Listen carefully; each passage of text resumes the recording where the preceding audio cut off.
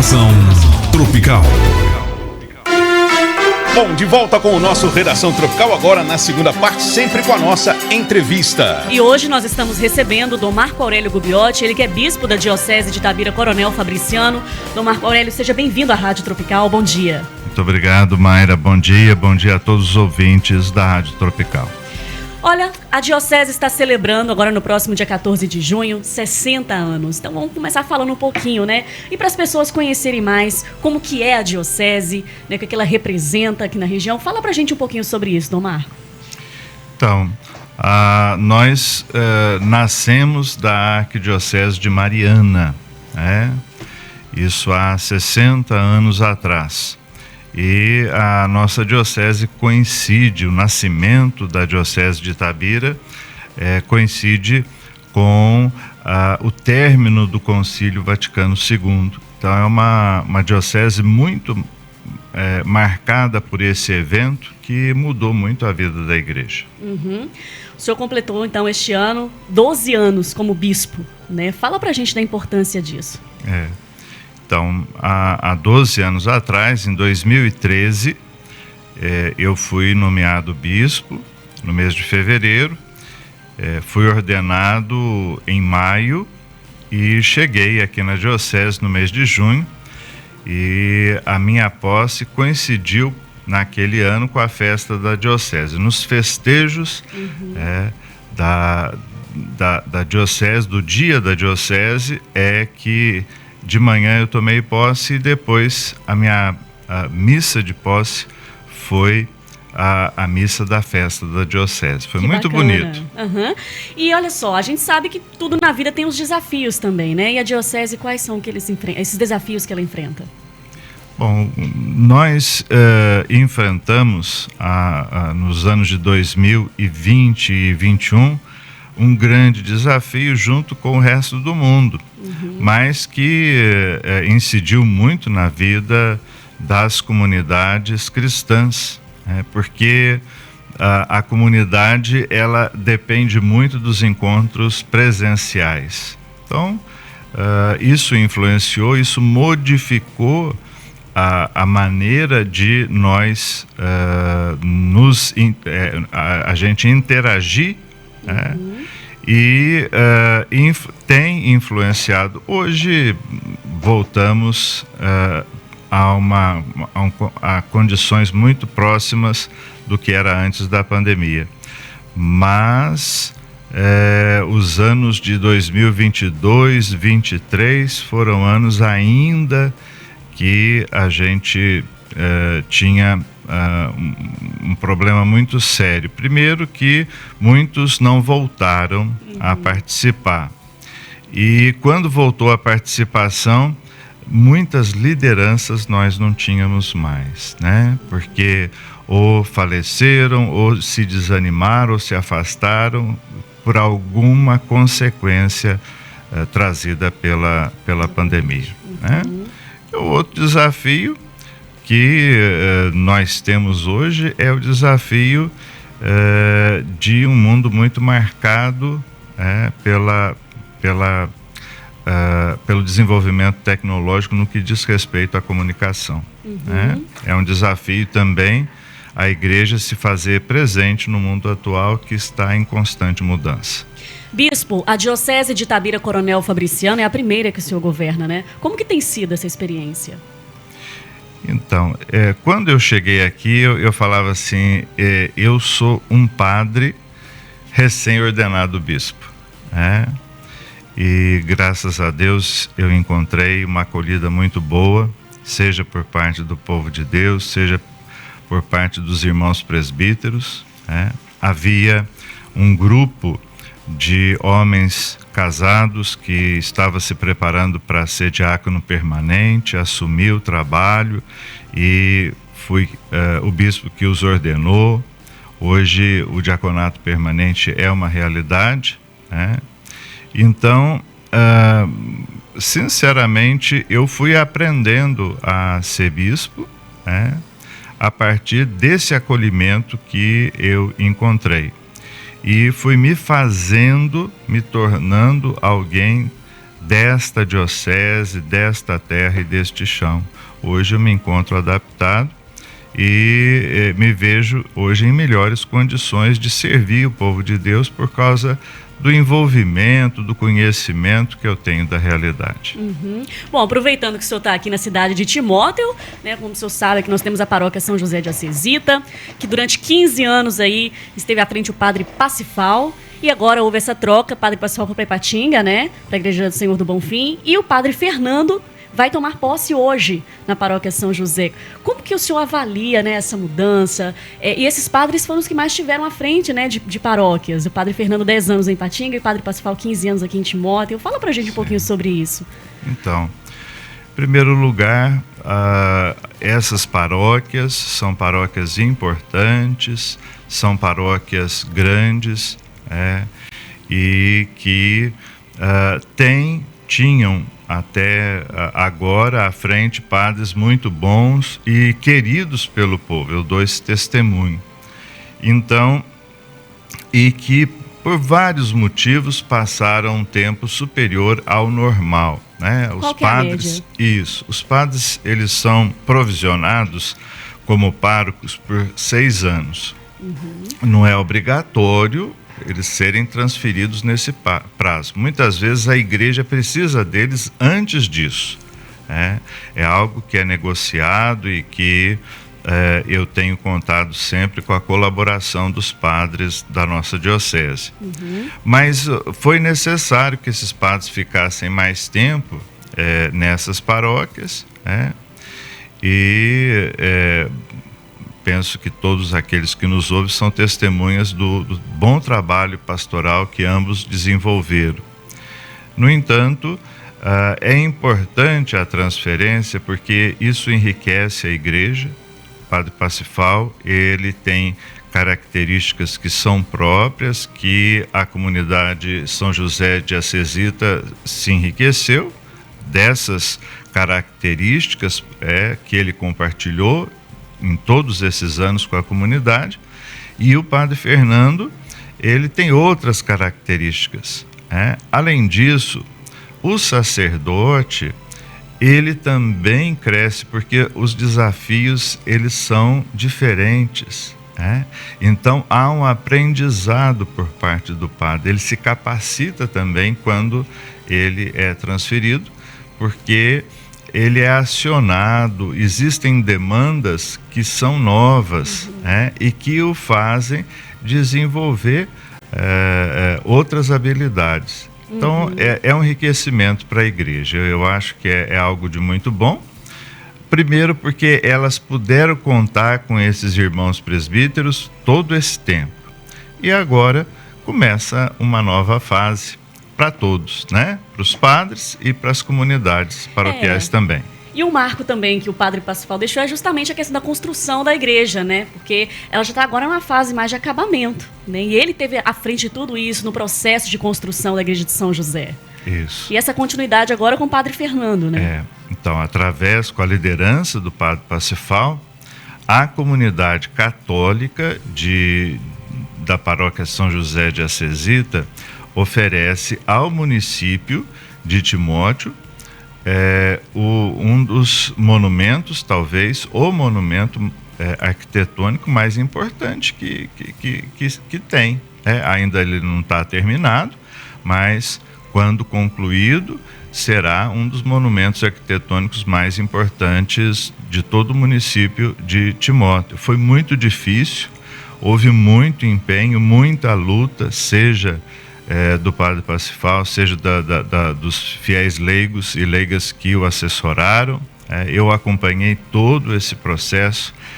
Havia um outro projeto muito diferente, mas que com a aquisição de mais um lote, aproveitou-se o terreno da antiga casa paroquial e está feito, está edificado. Agora as obras são mais de conclusão, de acabamento.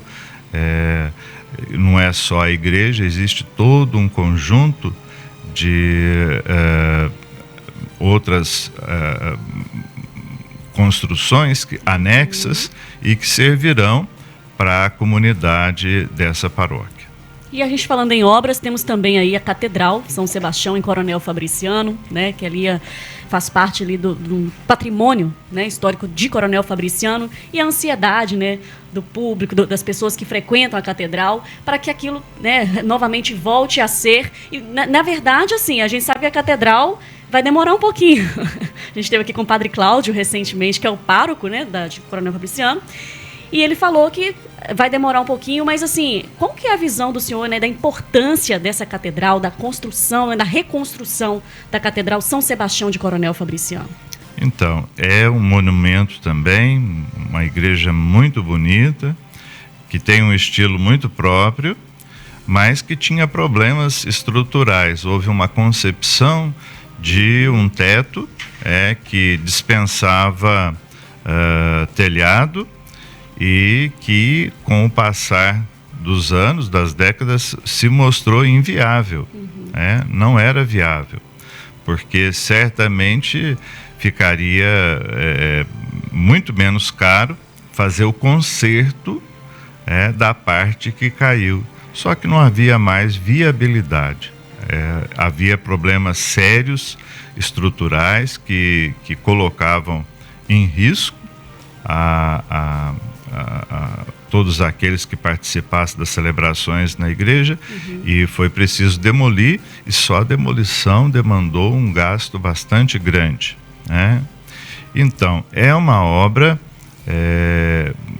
bastante cara, mas hoje nós temos à frente da paróquia o Padre Cláudio, que é muito animado, ele é muito animado, muitíssimo empenhado, e está fazendo todo o possível para além de solicitar a contribuição dos fiéis, da paróquia e de toda a Fabriciano, ele tem buscado viabilizar outras fontes para conseguir a reconstrução. O projeto está pronto, está muito bonito, e, se Deus quiser, em breve nós teremos a execução das primeiras fases da reconstrução da co-catedral em Coronel Fabriciano.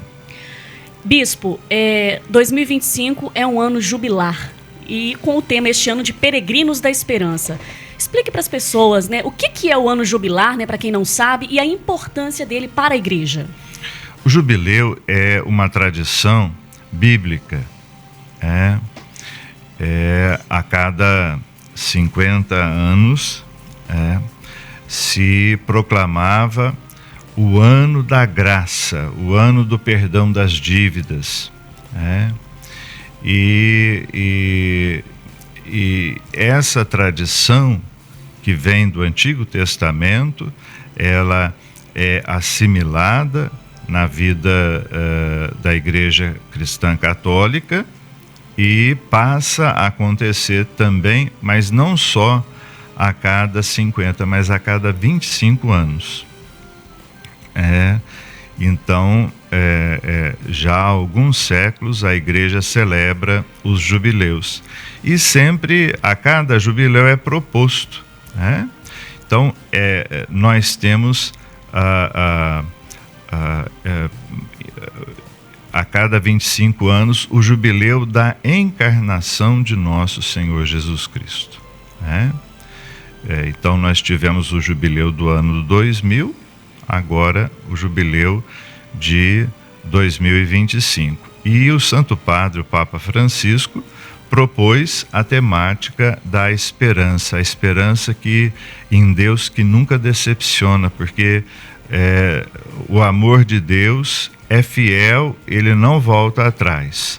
E é por isso que a esperança não decepciona. E nós somos chamados, então, nesse ano, a tomar consciência da esperança, que é uma das 3 chamadas virtudes teologais. Virtudes que nós, como pessoas humanas, não somos capazes, mas recebemos a graça dessas virtudes, que é a virtude da fé, da esperança e da caridade. A nossa esperança, ela nasce da fé, e ela se torna concreta, ela se torna palpável na nossa vida, na nossa convivência humana, quando nós vivenciamos a caridade fraterna, a caridade em que nos faz a nos reconhecermos como irmãos e irmãs. O senhor citou o Papa Francisco, então até aproveitando, recentemente ele nos deixou. E o senhor como bispo, qual que é a inspiração, né?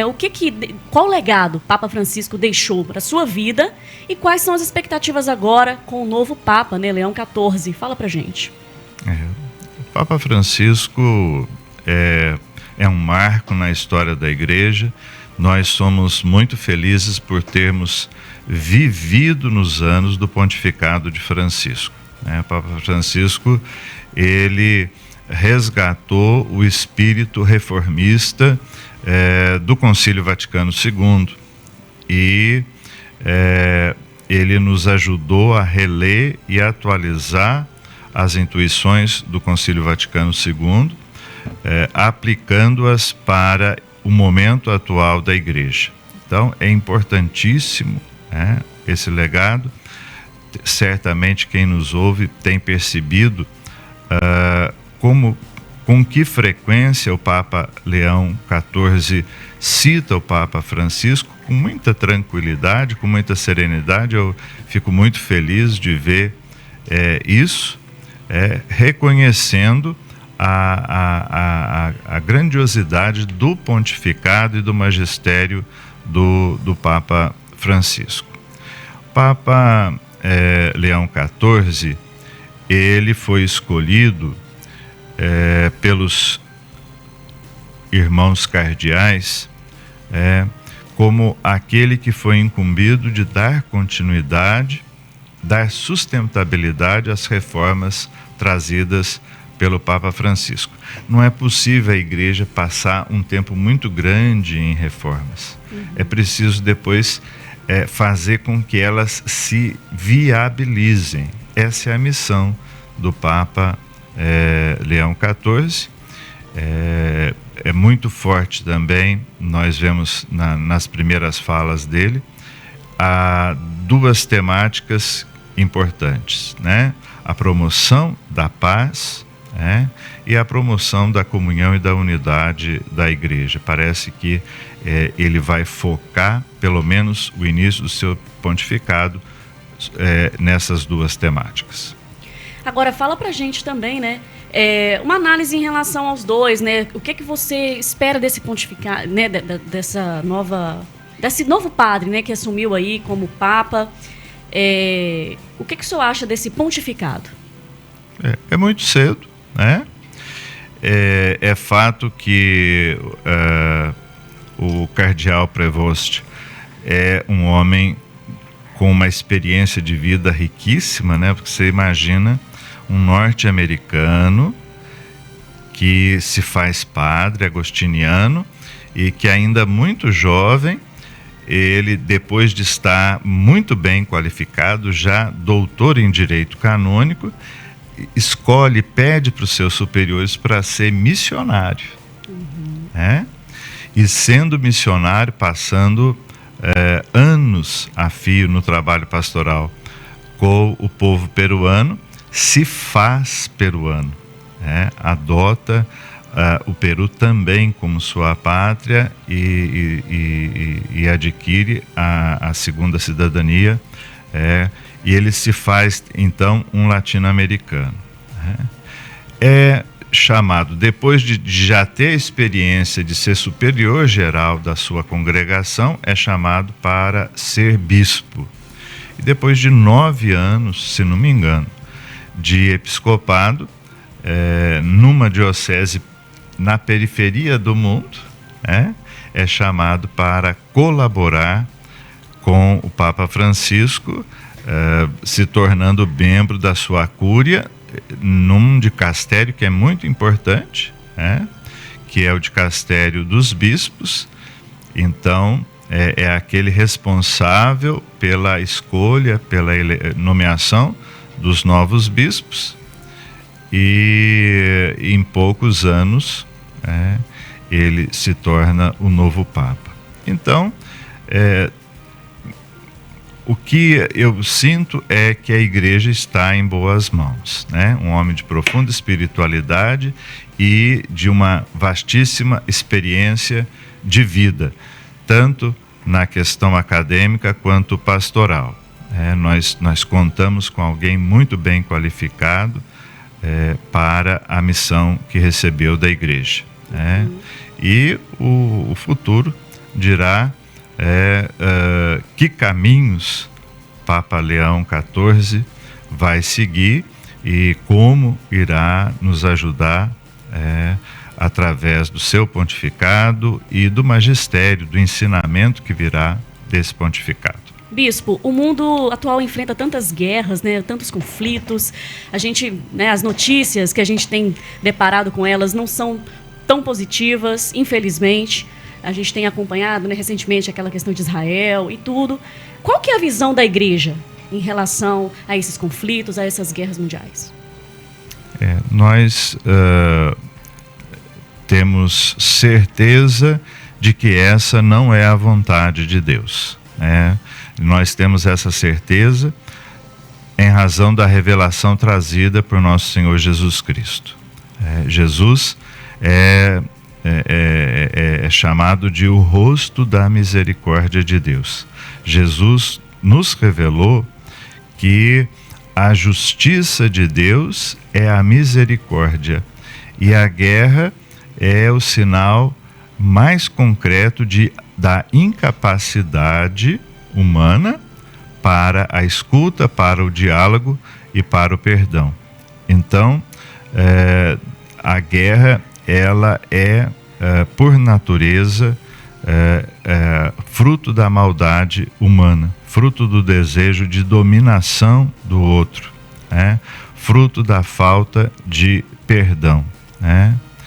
E por isso o Papa Leão, ele está falando tão fortemente, denunciando a guerra e chamando a razão as lideranças desses países para que busquem, através do diálogo, do consenso, o fim dos conflitos. Onde há guerra, há morte e há fome. Então, a guerra sempre ela é a decisão de poucos e o sofrimento de muitos. Então, não é possível que no século XXI exista ainda, se busque ainda a solução de conflitos pela guerra. A humanidade já podia ter superado essa coisa terrível, esse mal hediondo que é a promoção das guerras. E o Brasil é um país considerado cristão, né? Mas a gente ainda percebe a intolerância religiosa que ainda existe. Qual que é a sua avaliação em relação a isso?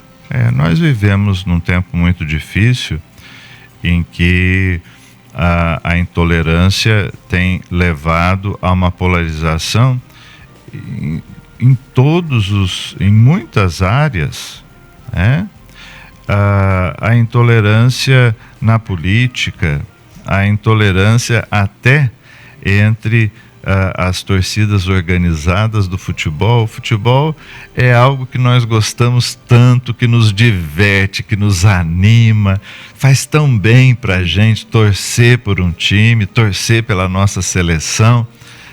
É uma coisa bonita que o brasileiro tem e que esse período de violência, de intolerância, de polarização fez com que essa coisa, o futebol, que é algo tão próprio da nossa cultura, se tornasse uma expressão de violência.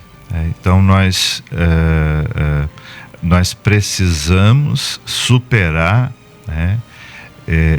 essa fase em que a gente, quem pensa diferente, não é nosso inimigo. Bispo, agora voltando a falar sobre os 60 anos da Diocese, o dia oficial é dia 14 de junho, né, aniversário, mas como que vai funcionar essa programação? Então, no dia da Santíssima Trindade, na celebração do domingo da Santíssima Trindade, de ontem daqui 15 dias, nós teremos a festa da Diocese. É uma tradição bonita que nós temos, que a cada 2 anos nós nos encontramos com lideranças de todas as paróquias para um dia de partilha, primeiro do tempo, do encontro entre nós, né? Com diversas atividades, com uma abertura logo no começo da manhã e com atividades de confraternização, atividades religiosas, um almoço partilhado, e pelas 15 horas nós teremos a celebração da Santa Missa de Ação de Graças, onde se encontrarão os padres de todas as paróquias, os nossos diáconos permanentes e representações das 52 paróquias da Diocese. Bacana. Lá em Tabira, dessa vez. Bispo, agora para a gente fechar, eu queria que o senhor deixasse uma mensagem para os ouvintes, né? Uma mensagem de fé, de esperança. Ontem nós celebramos a festa da Ascensão do Senhor e essa solenidade nos prepara para a festa do próximo domingo, que é a solenidade de Pentecostes. E durante esta semana nós cristãos, não só católicos, mas nós cristãos somos chamados a rezar pela unidade dos cristãos.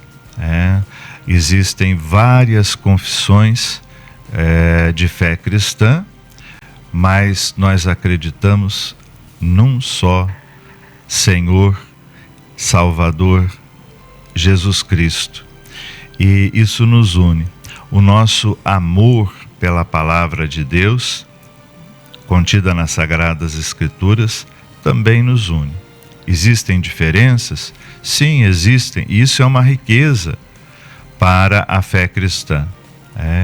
Isso não nos torna inimigos, mas nos faz irmãos, diferentes, mas irmãos. Então, convido a todos a nos colocarmos em oração, suplicando a graça da comunhão de fé, da vivência respeitosa dentro das nossas diferenças e a disposição de cada confissão cristã de colocar aquilo que tem de melhor a serviço de todos os irmãos e irmãs, né?